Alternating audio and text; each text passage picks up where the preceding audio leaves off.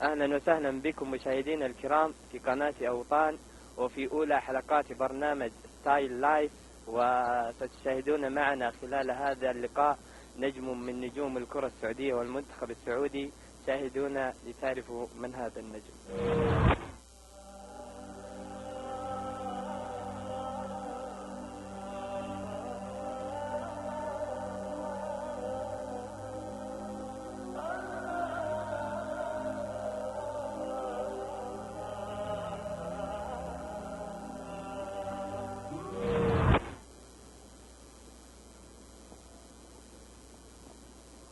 السلام عليكم. عليكم السلام ورحمة الله وبركاته.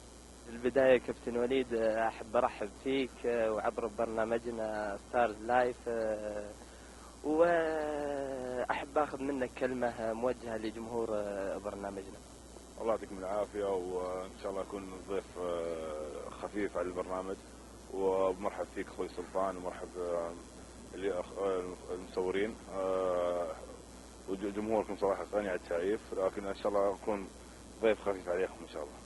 أكيد ضيف خفيف وجميل ويكفينا يعني صراحة أنك تطلع معنا في برنامجنا كابتن.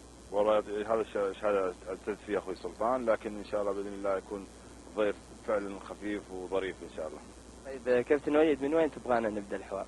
والله يا أخوي سلطان، اللي أنت تحب، تبغى عن الشباب، تبغى عن خصوصية وليد عبد الله، تبغى عن وليد عبد الله، خيار لك. طيب بما أننا في نادي الشباب، أحب أخذ منك كلمة للنادي الشباب. والله شوف، نادي الشباب أول شيء أشكر يعني نادي الشباب، أشكر إدارة نادي الشباب، أشكر يعني اللعيبة، أشكر أي لاعب في نادي الشباب. كأنك لعيبة لنا الشرف أن نكون في الكيان هذا لنادي الشباب. إدارة محترفة، مدربين محترفين، لعيبة محترفين، يعني كلنا كلعيبة لنا الشرف أن نكون في نادي الشباب. لكن أتمنى إن شاء الله نادي الشباب توفيق أحسن من كذا إن شاء الله. بسم الله. كابتن وليد، يعني بكل بساطة إيش يعني لك المكان هذا أو نادي الشباب؟ والله هذا نادي الشباب يعني يقولون بيت الثاني، يعني يمكن أجلس في نادي الشباب أكثر من كثر ما أجلس في البيت. نادي الشباب ربى وليد عبد الله وهو صغير، يعني يمكن تدرجت من الناشئين، من البراعم للناشئين، الشباب، الأولمبي، فريق أول. لكن هذا بعد الله، من فضل سبحانه وتعالى، من فضل نادي الشباب.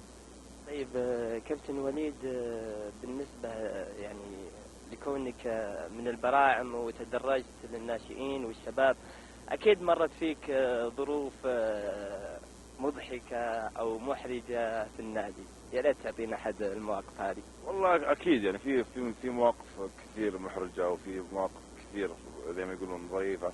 يعني أكثر شيء يمكن في مواقف مع أخوي عبد العزيز السعران، هو يعني المقرب لي الوليد عبد الله في نادي الشباب. ما يهونون أخوين اللعيبة الثانيين، لكن هو اللي أنا أحب أروح وأجي معه. في مواقف كثير معاه، لكن ما تذكرني الحين في موقف. لكن في موقف يمكن يذكرني إن مرة مسافرين أنا وأخوي عبد العزيز، ونسيت جواز سفري، وهو ارتبك يعني كيف بتسافر وكيف، وإنه قدنا خلاص يعني بنخش المطار. لكن اتضح لي إنه في آخر شيء إنه كان في الشنطة. وهذا الموقف هو اللي يكون أقدر أقول لك إنه كان محرج لوليد عبد الله وعبد العزيز السعران. شيء أنتم يعني بما سمعناه في الرياضة وكل الجماهير عارفين يعني موقف وليد تجاه الكابتن عبد العزيز. طبعا الكابتن عبد العزيز غني عن التعريف، وإن شاء الله نشوفه في مستويات أفضل وأفضل إن شاء الله.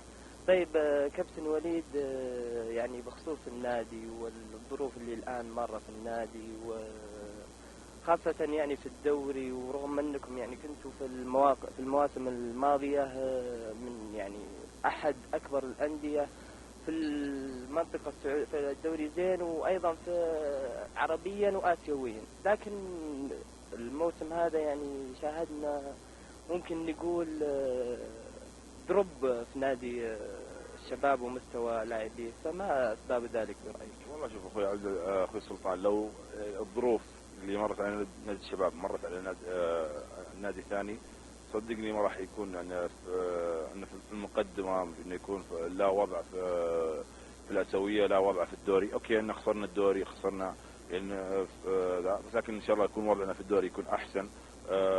في الآسيوية الحين الحمد لله قاعدين نمشي في الطريق الصحيح. تعرف في إصابات مرت على نادي الشباب اصابات كم كبير، يعني كلهم لعيبه كبار ولاعيبه مؤثرين، لكن هذا ما يمنع ان الشباب يعني من اللعيبه الصغار الموجودين لهم مستقبل كبير.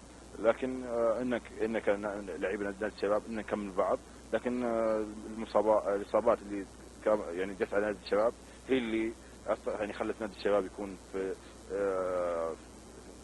انحدار. لكن بالعكس هذا ما يعني نادي الشباب نادي كبير، نادي لا جمهور لا بطولاته، لكن الشيء هذا باذن الله ان شاء الله يتعدل. خلاص بدأوا الحين يرجعون المصابين ورجعنا لوضعنا الطبيعي، لكن ان شاء الله باذن الله شايف ان المباراه عندنا الجايه، لكن ان شاء الله نقدم اللي علينا والباقي على الله سبحانه وتعالى ان شاء الله.